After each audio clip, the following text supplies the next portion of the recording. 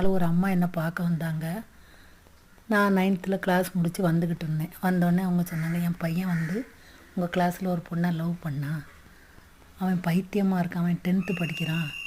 ரொம்ப ஃபுல்லாக அவளே நினச்சி உருகிட்டு இருக்கான். அவள் இப்போ அவங்ககிட்ட பேசுகிறது இல்லையா, என்னன்னே தெரியல. அவன் படிப்புலேயும் கவனம் குறைஞ்சிட்டு ரொம்ப வெப்ஸாக இருக்கான், என்னன்னு தெரிலன்னா.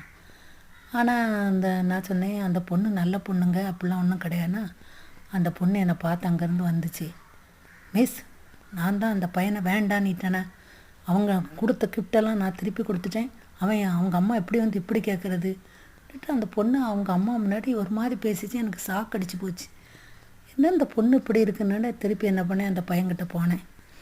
பக்கத்தில் பாய் ஸ்கூல் பையன் தானே. அந்த பையன்கிட்ட போய் நிலைமை எடுத்து சொல்லி நல்லா பேசினேன். பேசி உலகத்தில் இப்படி இயல்பானது, படிப்பில் கவனம் செலுத்து, நல்லா 10th மார்க் எடு, வாழ்க்கையில்